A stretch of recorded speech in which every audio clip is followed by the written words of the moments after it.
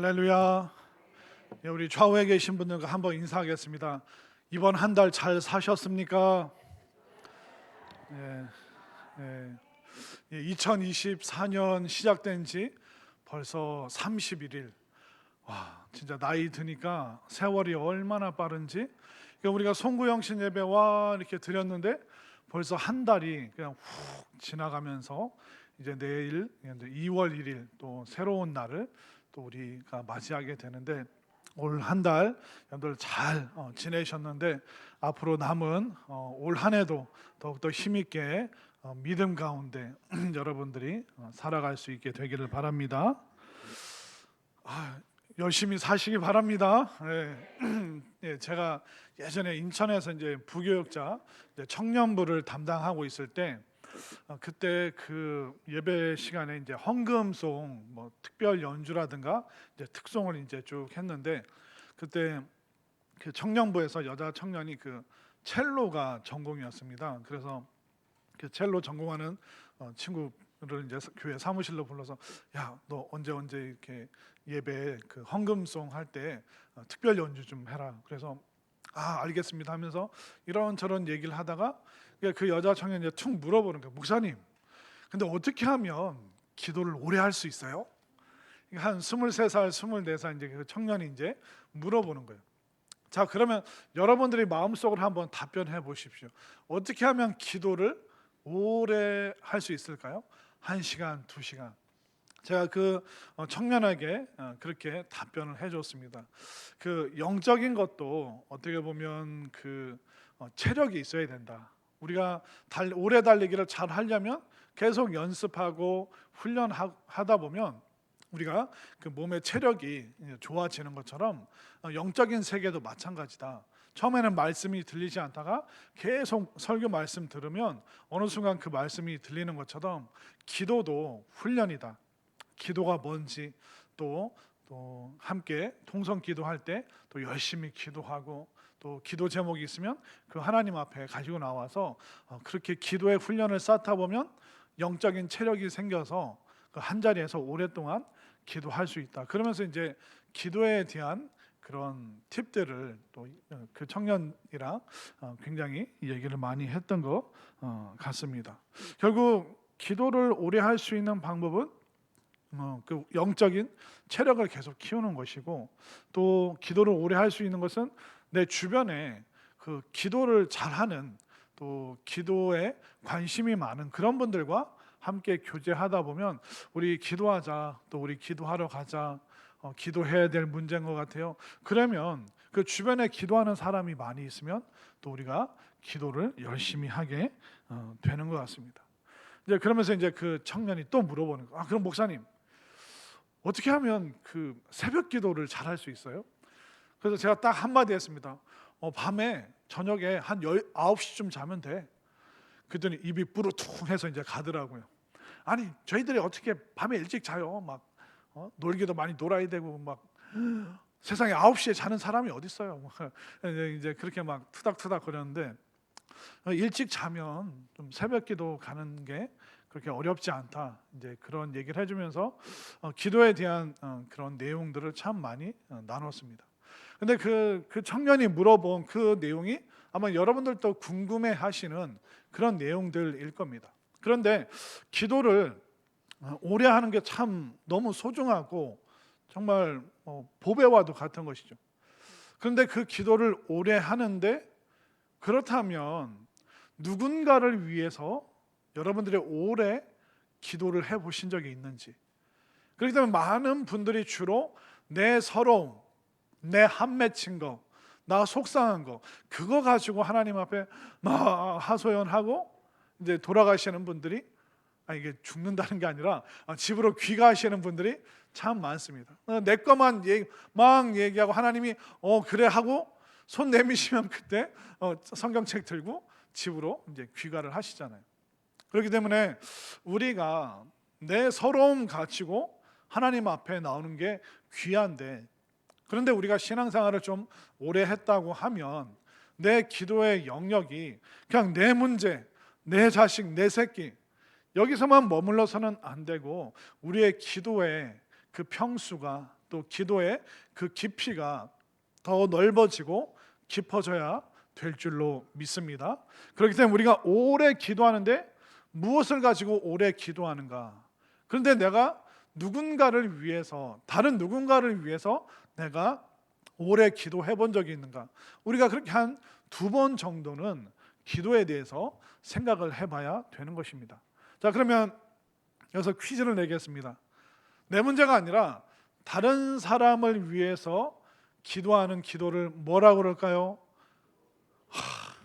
역시 수준이 대단하십니다. 중보기도. 이 중보기도가 뭐냐면 영어로 그 intercession이라고 하는데 누군가의 사이에서, 그러니까 하나님과 그 사람 사이에서, 하나님과 기도하지 못하는 그 사람 사이에서 중간에서 그 사람 대신 기도해 주는 그 기도를 intercession, 그리고 중보기도라고 이야기를 하고 있습니다. 자, 오늘 본문 말씀이 바로 중보기도에 대한 굉장히 소중한 내용을 우리에게 주고 있습니다. 자, 중보기도가 왜 필요하냐면 지금 이스라엘이 멸망을 했습니다. 바벨론에게 2번이나 침공을 당했고 약 7년 후면 세 번째 진짜 완전히 유대 땅이 초토화가 되는 그 일이 생깁니다. 그러니까 하나님과 이 이스라엘 그 사이에서 누군가가 기도를 해야 되는데 그 기도하는 사람을 찾는 내용이 쭉 나옵니다. 그러면 이스라엘이 왜 기도를 못하게 됐을까요? 기도를 안 하는 이유가 오늘 본문에 나와 있는데, 자, 오늘 본문 25절 말씀을 한번 볼까요? 자, 25절. 그 가운데에서 선지자들의 반역함이 우는 사자가 음식물을 움킴 같았도다. 선지자가 반역을 했다. 그러니까 하나님과 반대되는 그 말, 하나님이 뜻하시지 않은 그런 내용들을 이 선지자들이 막 외쳤습니다. 자, 28절 말씀을 볼까요? 28절 말씀 함께 읽겠습니다. 그 선지자들이 그들을 위하여 회를 치라고 스스로 허탄한 이상을 보며 거짓 복수를 행하며 여호와가 말하지 아니하였어도 주 여호와께서 이같이 말씀하셨느니라 하였으며. 그러니까 하나님께서 아무 메시지를 안 주셨는데 나 이런 거 들었다, 나 이런 거 봤다. 자꾸 선지자들이 사람들의 인기를 얻기 위해서 과장하고 거짓말하고 또 없던 얘기들을 자꾸 지금 하고 있는, 거기에 대해서 말하고 있습니다. 결국 이스라엘이 무너진 이유가 여기에 있다. 영적인 문제, 바로 선지자들이 타락하고 하나님의 뜻과 맞지 않는 그런 내용들을 계속 이야기하기 때문에, 때로는 우리들 중에도 어떤 본인이 영적으로 훌륭한 사람인 것처럼 또 영적으로 대단한 사람인 것처럼 가끔 목회자들 중에도 본인들이 뭐 선지자다 그런 얘기를 하면서 2024년 이 한반도에 굉장히 큰 일이 생길 거라고, 그런 말은 저도 할 수 있습니다. 여러분들 올 여름에 굉장히 무더울 것입니다. 2022년 12월 되면 엄청난 북극 한파가 몰아칠 것입니다. 여러분들 이 땅에 어려움과 위기는 계속 있어 왔습니다. IMF도 있었죠. 뭐 전쟁도 있죠. 그리고 뭐 2008년도에 리먼 브라더스 그 미국 금융이 막 무너지는 그런 일도 있었습니다. 그 메르스, 사스, 또 얼마 전에 그 뭐였죠? 코로나도 있었죠. 그러니까 어떤 일이 생길지 모릅니다. 그러니까 위기는 해마다 늘 있습니다. 근데 사람들의 주목을 받고 싶기 때문에 그런 목회자들이 자신들이 뭐 선지자다 그러면서 유튜브라든가 이런 데서 불필요하게 막 사람들의 카톡을 보내면서 올해 큰 대한민국의 위기가 있기 때문에 여러분들 기도 많이 하셔야 됩니다. 그러면 사람들의 그 호기심을 그게 뭡니까? 그건 말해줄 수 없다고 하나님께서 나에게만 알려주셨다. 그러면서 사람들에게 어떤 영적인 우월감을 표현하고 싶어서 때로는 성도들 중에도 그런 말을 할 때가 있습니다. 내가 기도해봤는데 뭐 아무개 집사님 지금 무슨 문제 있지? 아니요, 뭐 별일 없는데요. 아니야, 잘 생각해봐. 무슨 문제가 있을 거야. 뭐 그 특별히 큰일 없는데요. 근데 그러면서 뭔가 계속 그 상대방에게 내가 영적으로 뭔가를 듣고 본 것처럼 스스로를 과장할 때가 많습니다. 근데 선지자들이 직업적으로 잘못된 그 과장을 했기 때문에 이제 영적인 문제가 생겨나기 시작했습니다. 그러니까 다른 걸로 멸망하는 것이 아니라 영적인 그 타락으로 인해서 이스라엘이 멸망을 하는 것이죠. 그리고 26절을 보십시오. 26절 함께 읽겠습니다. 시작. 그 제사장들은 내 율법을 범하였으며 나의 성물을 더럽혔으며 거룩한과 속된 것을 구별하지 아니하였으며 부정한과 정한 것을 사람이 구별하게 하지 아니하였으며 그의 눈을 가리어 나의 안식일을 보지 아니하였으므로 내가 그들 가운데서 더럽힘을 받았느니라. 율법을 더럽히고 안식일을 더럽히는 것이 바로 하나님을 욕되게 하는 것이다. 근데 그런 일들을 선지자들이 또 제사장들이 그런 영적인 일을 감당해야 될 사람들이 타락했기 때문에 이스라엘이 급속도로 멸망하고 심판에 놓일 수밖에 없었다. 그러면 정치 지도자들은 어땠을까요? 자, 27절 함께 읽겠습니다.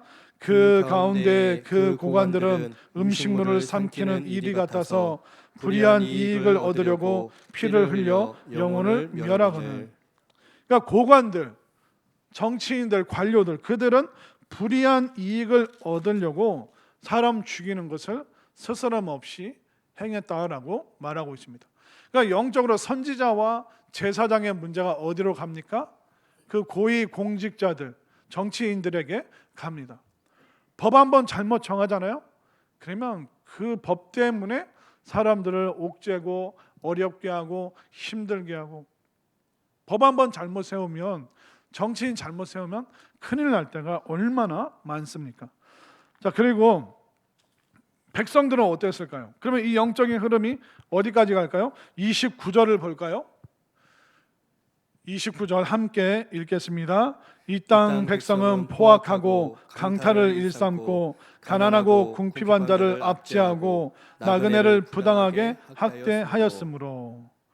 자, 지금 쭉 설명해 드린 것이 수천 년 전의 이스라엘과 오늘날 우리가 보고 있는 대한민국, 또 우리가 살아가고 있는 일상을 사는 지금 2024년 현대 사회와 크게 다를 바가 없습니다.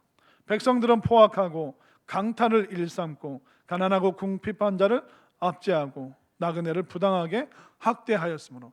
그러니까 학대하고 괴롭히고 힘들게 하는 일들이 가정 안에서, 학교에서, 직장에서, 일터에서, 이런 일들이 오늘날 얼마나 많이 일어나고 있습니까? 큰 기업이 작은 기업에게 갑질을 하고, 또 물건을 받았는데 돈을 주지 않고, 얼마나 힘들고 아프고 고통스럽습니까? 나그네를 학대한다는 것은 뭐냐면 이스라엘 사람들이 아니라 이방 사람, 그러니까 다른 인종을 차별하고 괴롭혔던 그 일들, 그게 지금도 오늘날도 있지 않습니까? 그래서 이제 저도 미국에서 보면 그 백인들이 그 아시아계를 놀릴 때 어떻게 하는지 아세요? 이렇게, 이게 아마 보셨죠? 축구 보신 분들은 이렇게 눈을 찢습니다. 백인들이 그 아시아계 앞에서. 그러니까 우리 한국 사람들, 한국 사람이래요. 저는 아니에요. 뭐 이게 아시아계통 이게 눈이 작다고 이렇게 옆으로 쭉 찢는 거예요. 그리고 이제 아시아 사람들 앞에서 이제 바나나라고 놀립니다. 원숭이가 뭐 먹어요? 바나나 먹잖아요. 그러니까 아시아계를 원숭이 같다, 피부가 노랗다, 그러면서 이제 놀릴 때가 참 많이 있습니다. 그렇기 때문에 우리가 뭐 배웠다고 해서 인간의 그 죄된 본성이 개발되거나 개선되는 게 결코 아닙니다. 그러니까 이스라엘이 멸망한 그 이유를 보면 오늘날도 우리가 안심하고 안전하다고 말할 수 없습니다. 그러니까 이스라엘의 멸망 원인은 영적인 문제에서부터, 그러니까 하나님과의 관계가 어그러졌기 때문에, 그럼 하나님과 기도하지 않는 이 이스라엘 백성들, 하나님을 떠난 이 이스라엘 백성들 사이에서 누군가가 기도해야 되는데 그 기도하는 사람을 지금 하나님께서 찾고 계시다라고 말씀하고 있습니다. 자, 오늘 본문 30절 말씀을 한번 볼까요? 어떤 중보기도자를 찾으시는가? 30절 함께 읽겠습니다. 이 땅을 위하여 성을 쌓으며 성 무너진 데를 막아서서 나로 하여금 멸하지 못하게 할 사람을 내가 그 가운데서 찾다가 찾지 못하였으므로. 지금 하나님이 중보 기도자를 찾고 계십니까? 안 찾고 계십니까? 찾고 계시다는 거예요. 하나님께서는 계속 사람을 찾습니다. 어떤 사람을 찾냐면 하나님과 사람들 사이에서 기도할 수 있는, 그들을 위해서 간구할 수 있는 사람을 하나님께서는 계속 찾고 계십니다. 자, 화면으로 역대하 16장 9절 말씀 한번 보여주시겠습니까? 자, 역대하 16장 9절 중반까지 제가 읽어볼게요. 여호와의 눈은 온 땅을 두루 감찰하사 전심으로 자기에게 향하는 자들을 위하여 능력을 베푸시나니. 여호와의 눈은 어디를 두루 감찰하신다고요? 온 땅을 두루 감찰하신다. 그리고 자기에게 향하는 자들, 그러니까 그 마음을 하나님을 향해서 기도하는 그런 사람들을 지금 하나님께서 찾고 계신다. 자, 시편 14편 2절 말씀 함께 읽습니다. 시작. 여호와께서 하늘에서 인생을 굽어 살피사 지각이 있어 하나님을 찾는 자가 있는가 보려 하신즉. 시편 14편에서도 인생을 굽어 살피사 하나님을 찾는 자가 있는가 계속 하나님이 찾고 계십니다. 시편 53편 2절 말씀 함께 읽습니다. 시작. 하나님이 하늘에서 인생을 굽어 살피사 지각이 있는 자와 하나님을 찾는 자가 있는가 보려 하신즉. 지금 하나님은 계속 사람을 찾으시는 거예요. 어떤 사람? 하나님과 사람 사이에서 중보 기도할 수 있는, 그러니까 전심으로 정말 진실된 마음으로 기도할 수 있는 그 한 사람을 지금 하나님께서 찾고 계십니다. 그렇기 때문에 오늘날 우리에게 필요한 게 뭘까요? 중보 기도. 또 중보 기도하는 그 한 사람을 지금 하나님께서 찾고 계십니다. 하나님은 왜 우리에게 기도하라고 하실까요? 하나님 다 아시잖아요. 이스라엘의 문제도 아시고 대한민국의 문제도 아시고 여러분들 개개인의 그 삶에 필요한 것도 하나님 다 아시잖아요. 근데 왜 하나님께서는 계속 기도하는 사람, 전심으로 하나님을 찾고 또 찾는 그 사람을 다 아시는데, 또 모든 걸 하실 수 있으신데 왜 굳이 기도하는 그 한 사람을 하나님께서 찾으시는가? 왜냐하면 우리의 기도가 하나님께서 우리 인생에 개입하시고 또 찾아오실 수 있는 그 근거가 우리의 기도에 있다는 것을 믿으시기를 바랍니다. 우리가 아이들이 뭐 하다가 뭐 잘 안 되면 막 끙끙거리잖아요. 아, 이거 어떻게 해야 되나, 저렇게 해야 되나. 그때 뭐라고 하면 됩니까? 엄마 도와줘, 아빠 도와줘 한마디 하면 됩니다. 근데 부모는 계속 그 아이가 끙끙거릴 때 금방 쉽게 도와줄 수가 없습니다. 왜냐하면 그 어려움을 통해서 여러 가지 생각하게 되고 또 생각하면서 이 아이가 점점 성장하기 때문에 우리가 뭐 아이들이 원하는 거 즉각 또 아이들이 필요로 하는 거, 어려워하는 거 다 우리가 해결해 주지 않습니다. 정말 필요할 때 그때 적절하게 부모가 개입을 하는 것이죠. 그것처럼 하나님께서 우리 인생에 어떻게 개입하시죠? 바로 기도를 통해서 여러분들이 기도할 때 여러분들의 가족과 자녀들과 또 여러분들의 삶을 위해서 기도할 때 하나님께서 그 기도를 들으시고 여러분들의 삶에 개입하시고 또 역사하신다는 것을 믿으시기를 바랍니다. 그렇기 때문에 하나님께서 늘 이 땅을 두루 감찰하시고 살피시는데 사람을 찾으시는 거예요. 기도하는 사람. 우리 개인의 문제뿐만 아니라 주변을 위해서, 이 나라와 민족을 위해서, 아시아와 또 지구촌을 위해서 기도하는 그 기도의 사람을 지금 하나님이 찾고 계시다는 것을 분명히 믿으시기를 바랍니다. 그렇기 때문에 오늘날 에스겔에 살던 그 바벨론 땅에서나 지금 분단된 우리나라에서나 하나님께서 누구를 찾으실까요? 바로 중보 기도자를 계속 찾고 계시는 것입니다. 하나님께서 우리의 기도에 의존하시는 게 아닙니다. 그러나 하나님은 기도하는 사람과 함께 이 땅을 변화시키시고 또 기도하는 사람의 그 기도를 통하여 우리 삶 속에 개입하시기 때문에 정말 여러분들의 자녀를 위해서 또 여러분들의 일가 친척을 위해서, 또 여러분들의 주변에서 만나는 많은 사람들을 위해서 정말 진심으로 기도해 주시기를 바랍니다. 자, 그러면 이 중보 기도를 할 수 있는 자격이 무엇입니까? 물으신다면 저는 딱 하나를 말씀드리고 싶습니다. 어떤 사람이 감히 하나님과 사람 사이에 그 중간에서 중보 기도할 수 있을까요? 그것은 외적인 직분이 아닙니다. 외적인 지위가 아닙니다. 오늘 본문에서는 사람을 사랑하는 그 마음만 있다면, 나라와 민족을 사랑하는 그 마음이 있다면, 선지자도 제사장도 고관들도 백성들도 다 그 마음이 하나님을 떠났습니다.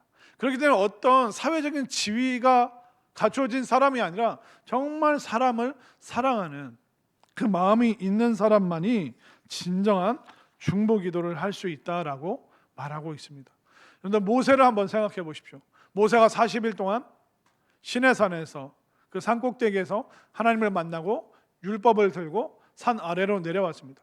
근데 그 40일을 참지 못하고 이스라엘 백성들이 금송아지를 만들어서 야, 이게 우리 하나님이다, 우상 숭배하고 있었습니다.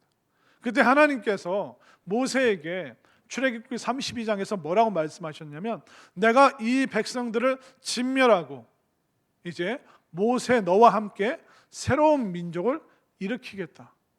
하나님이 결심하셨어요. 이스라엘은 도무지 안 된다. 아무리 말을 해도 듣지를 않고 기적을 보여주고 환상을 보여주고 하나님의 능력을 보여줘도 도무지 이 백성들은 내 뜻을 모른다. 모세, 이 백성들 내가 포기하고 이 60만 명 내가 포기하고 이제 너로부터 새로 시작하겠다.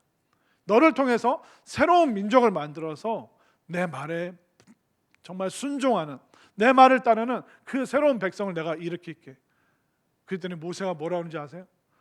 하나님, 그러시면 안 됩니다. 이 백성들을 멸하시려고 하시면 차라리 하나님의 그 기록된 책에서 내 이름을 삭제해 주십시오. 이 백성들 하나님 포기하시면 안 됩니다. 차라리 나를 포기하십시오. 내가 천국 못 들어가고 심판받고 지옥 가도 좋으니까 이 이스라엘 백성들 하나님 포기하지 마십시오. 모세 홀로 하나님 앞에 그렇게 간구했을 때 하나님께서 마음을 돌이키십니다. 그러니까 하나님의 뜻을 바꿀 수 있을 정도의 그 기도가 뭘까요? 정말 나라와 민족과 사람을 사랑하는 그 마음이 있는 그 사람을 통해서 하나님께서는 인류의 역사에 개입하시고 심지어 하나님께서는 그 정하신 뜻까지도 바꾸시는 것이 바로 사람 사랑하는 마음 가득한 사람, 그 사람의 기도를 하나님께서 들어주신다는 것을 믿으시기를 바랍니다. 또 신약 성경에 보면 사도 바울이 나옵니다. 사도 바울은 계속 유대인들, 자기 민족을 향한 안타까움이 있었습니다. 이방인들은 전도만 하면 다 주님을 믿는데 유대인들은 도무지 자신의 혈족이고 친족이고, 그런데 이 사람들은 도무지 주님을 믿지 않으니까 계속 사도 바울이 하나님께 기도합니다. 하나님, 이 유대인, 이 민족을 불쌍히 여겨 주시고 이들을 구원해 달라고. 결국 사도 바울의 마음속에서도 사람 사랑하는, 자기 민족 사랑하는 그 마음이 너무나도 뜨겁게 자리하고 있었던 것을 알 수가 있습니다. 그렇기 때문에 하나님 앞에 나와서 중보 기도할 수 있는 자격은 외적인 사회적인 지위가 아니라 정말 사람 사랑하는 마음, 정말 나라와 민족을 사랑하는 그 마음, 그 마음을 소유한 사람이라면 누구든지 성별, 나이, 신분 모든 것을 벗어나서 여러분들 한 사람 한 사람이 진정한 중보 기도자가 될 수 있다는 것을 믿으시기를 바랍니다. 자, 그러면 중보 기도는 어떤 기능을 하는가, 어떤 능력이 있는가 한번 살펴보겠습니다. 자, 오늘 중요한 핵심적인 구절, 자 30절 말씀 우리가 다시 한번 30절 함께 읽겠습니다. 이 땅을 위하여 성을 쌓으며 성 묻어진 데를 막아서서 나로 하여금 멸하지 못하게 할 사람을 내가 그 가운데서 찾다가 찾지 못하였으므로. 자, 하나님께서는 이 30절에 이 일을 수행하는 사람을, 이런 기도하는 사람을 하나님 찾고 계신다라고 분명히 말하고 있습니다. 그럼 중보 기도의 그 능력은 무엇인가? 첫 번째가 뭡니까? 이 땅을 위하여 성을 쌓으며. 이게 성이 뭡니까? 도시를, 마을을, 또 나라를 보호하는 것이 성입니다. 그러니까 기도의 성을 쌓으면 하나님께서 그 중보하는 사람의 기도를 들으시고 이제 그 가정에 하나님께서 안전한 울타리를 만들어 주시고 그 나라와 민족에게 하나님께서 견고한 방어할 수 있는 성을 하나님께서 세워주신다. 기도는요, 공격하는 능력이 있고 또 방어하는 능력이 있습니다. 자, 마귀가 예수님께서 사역하실 때 귀신들이 들끓었죠. 그때 예수님께서 기도하고 내려오셔서 선언하시고 선포하시고 그 귀신아 떠나가라, 그 사람에게서 나오라.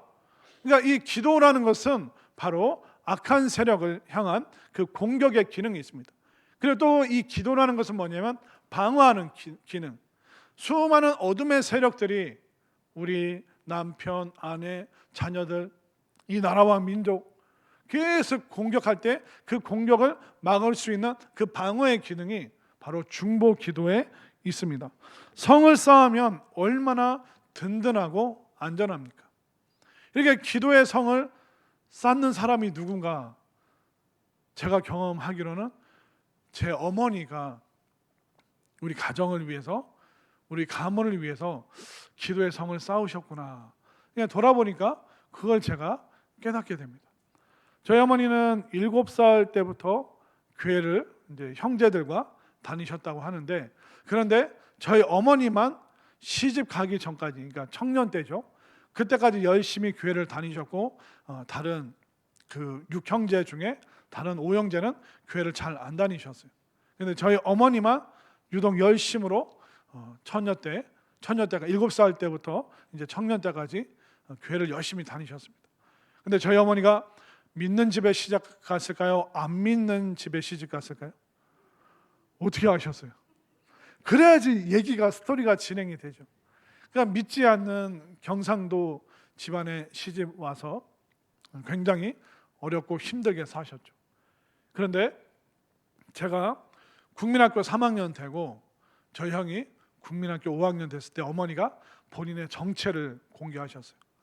엄마 7살 때부터 교회 다니는 사람이었다. 엄마 예수님 믿는 사람인데 이제 엄마도 좀 당당하게 또 시아버지, 시어머니 또 니네 너그 아버지한테 이제 좀 말해서 니네 교회 가도록 해야겠다. 그 어머니가 딱 결단하시고 제가 초등학교 3학년, 저희 형이 5학년 그때부터 교회 가게 시골에서 교회 가라고. 평소에 100원도 안 주던 엄마가 갑자기 헌금하라고 100원을 주는 거예요. 그 어마어마한 돈을, 이 아까운 돈을 헌금으로 드려야 된다. 그때부터 이제 어머니가 신앙에 대해서 또 믿는 거에 대해서 교육을 하셨습니다.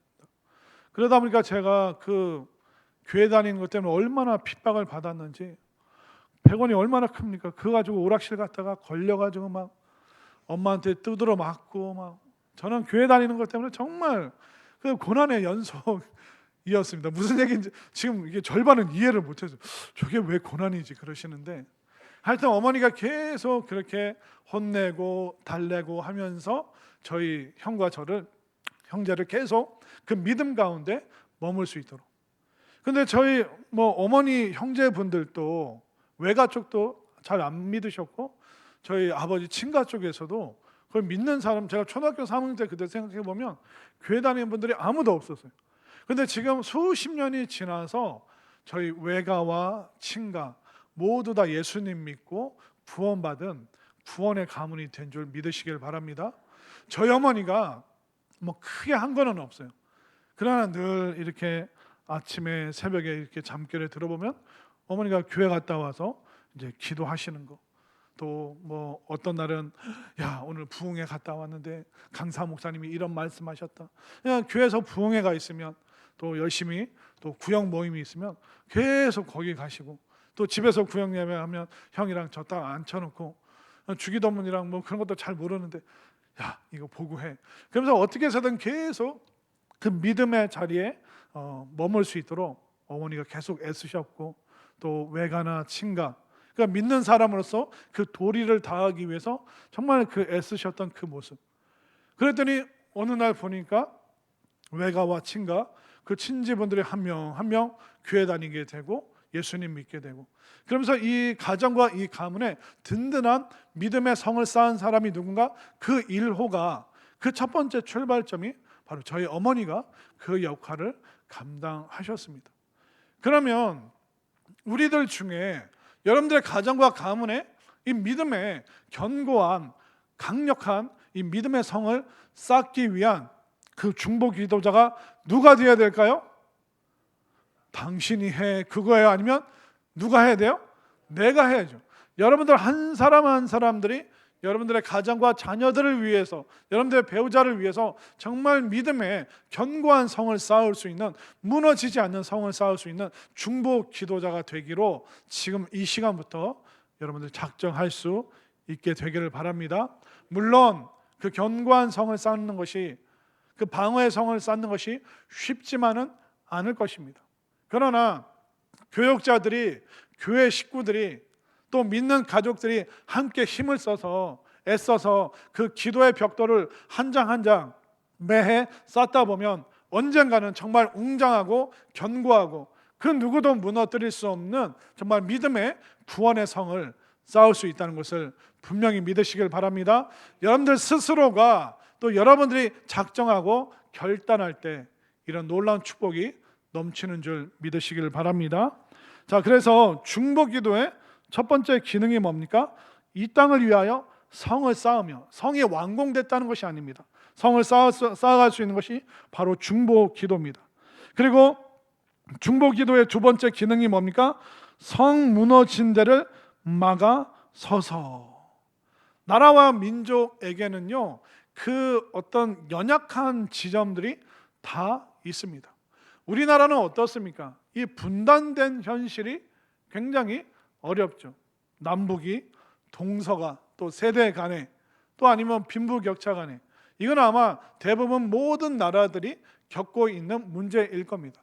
결국 이스라엘도 무너진 이유는, 그 성이 무너진 이유는 하나님의 말씀을 떠나서 자기들 마음대로 했기 때문에 그런 문제들이 너무나도 많이 생겼습니다. 그리고 그 문제로 인해서 그 문제들이 악화되면서 결국 심판에 놓일 수밖에 없었던 것이죠. 근데 하나님이 누구를 찾으신다고요? 그 무너진 성, 그 성 무너진 자를 막아서는 그 중보 기도하는 그 한 사람, 이 무너진 성을 완전히 하나님이 심판하려고 하시는데 그 심판을 막아서서 기도하는 하나님, 우리 가정과 우리 가문이 더 이상 무너지지 않도록, 하나님 이 나라와 이 민족이 더 이상 전쟁의 참상과 전쟁의 폐허가 되지 않도록, 그리고 너무나도 고통스러운 경제적인 문제가 생기지 않도록 하나님 도와주시옵소서. 이것이 우리의 기도 제목이 되어야 될 줄로 믿습니다. 그렇기 때문에 우리가 뭘 기도해야 될까요? 구국 기도. 하나님 이 나라를 구원하여 주옵소서. 그러니까 구국 기도가 필요합니다. 제가 요즘 기도하면서 느끼는 게 뭐냐면, 하나님 우리나라 저출산 문제도 있고 지금은 경제가 성장이 멈췄는데 하나님 경제도 발전하게 해주셔서 우리 청년들이 일하고 싶은 마음, 또 행복해지고 정말 멋진 미래를 꿈꿀 수 있는 하나님 그런 행복한 그런 나라가 되었으면 좋겠습니다. 그런 기도를 합니다. 근데 제가 곰곰이 생각해 봤어요. 도대체 저출산 문제가, 그리고 우리 자녀 세대들이 결혼에 대해서 귀찮아하잖아요. 그러니까 여러분들 딸이나 아들한테 결혼 얘기하잖아요. 혼납니다. 엄마 아빠가. 뭐라고 혼날까? 엄마, 내가 알아서 할 테니까 걱정하지 마. 신경 쓰지 마. 결혼 얘기만 꺼내면 난리가 나죠. 막 혼날 때가 많습니다. 저출산 문제가 왜 그럴까? 제가 곰곰이 생각을 해봤는데, 그 어떤 그 표현에서 이제 그 제가 깨달은 게 뭐냐면, 어떤 아프리카에서는 그런 말이 있대요. 아이는 마을이 키우는 거다. 그런 표현이 이제 아프리카에 있더라고요. 요즘 애를 누가 키웁니까?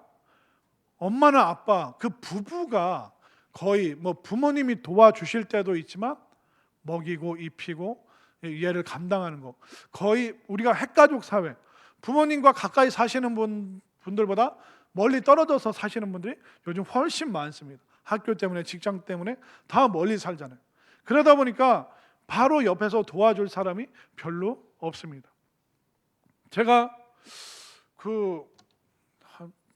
초등학교 4학년 때 제가 경주에서 평택으로 이사를 갔는데, 이사 가고 나서 그 가을에 명절에 평택에서 제가 기차를 타고 동대구역 가서 동대구역에서 버스를 타고 경주 쪽으로 갔습니다.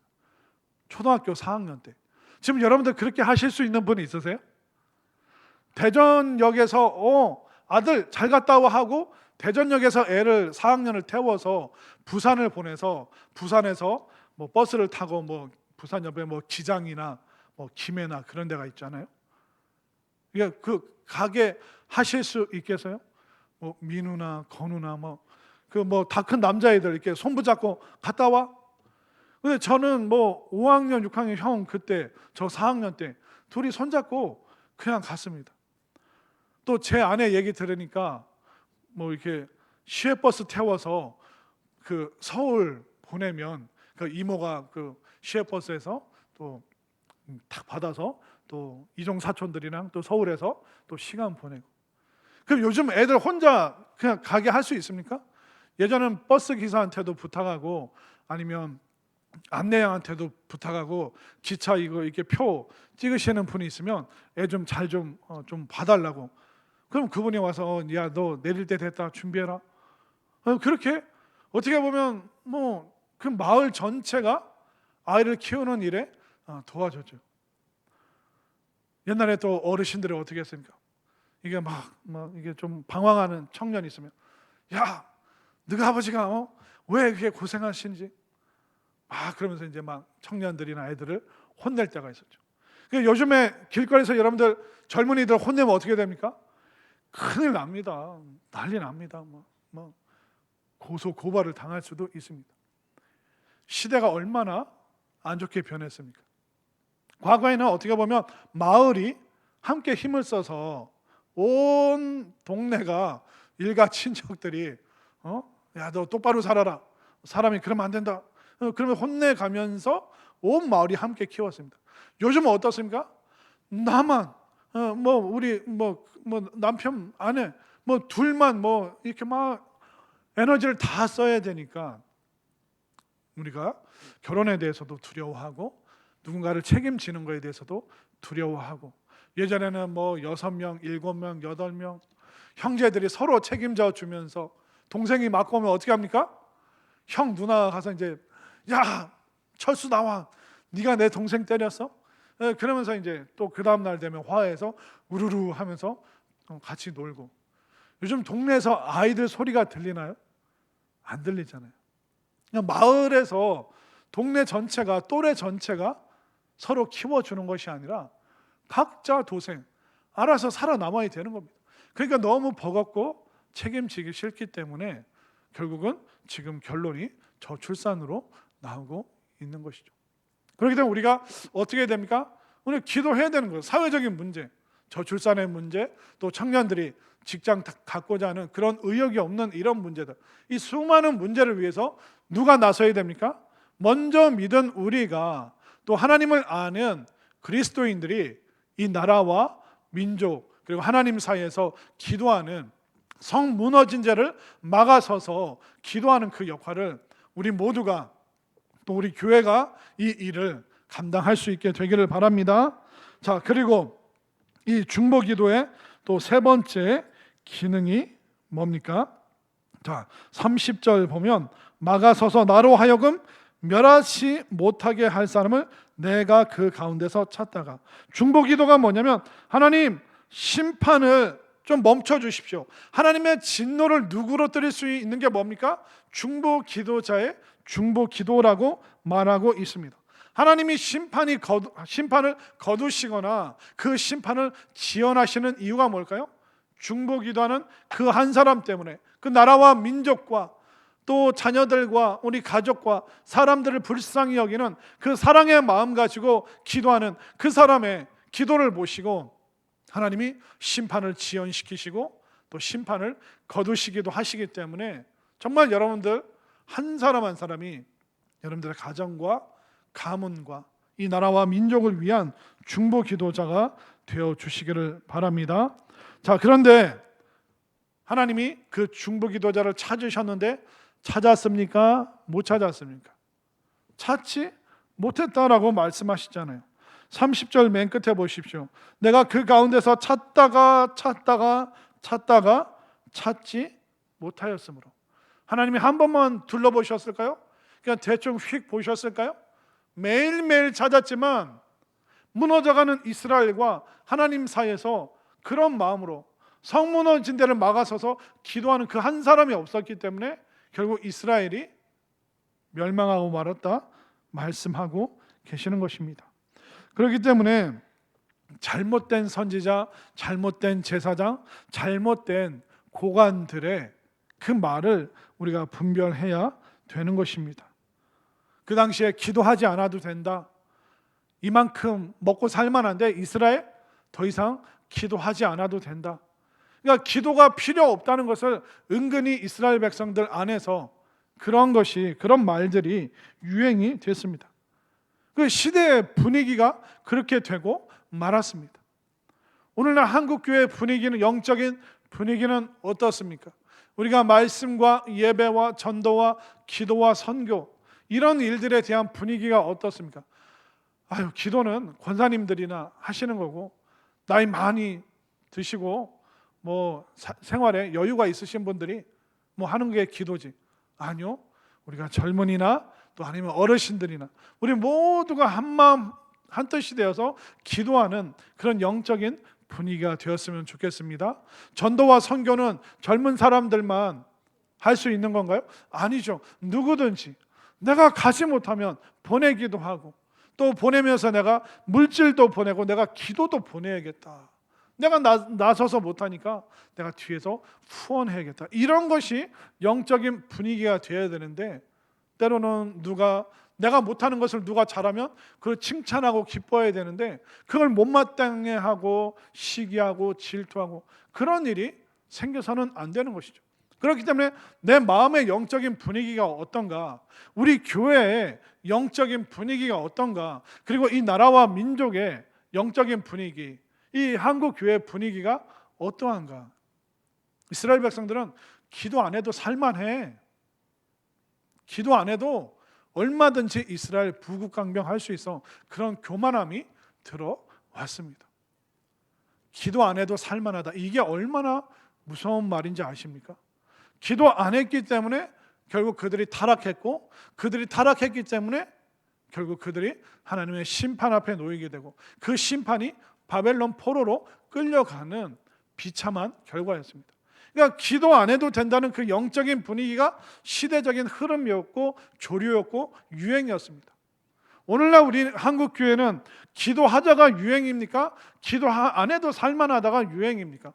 기도 안 해도 우리 애들 공부 잘하고, 기도 안 해도 척척 대학교 잘 가고, 기도 안 해도 직장 잡고 먹고 사는 데는 아무 문제 없어, 기도 안 해도 사는 데 지장 없네, 이런 분위기가 되어 있다면 그것을 뭐라고 할까요? 망조라고 하는 겁니다. 우리가 망하려고 하면, 죽으려고 하면 뭔 짓을 못 하겠습니까?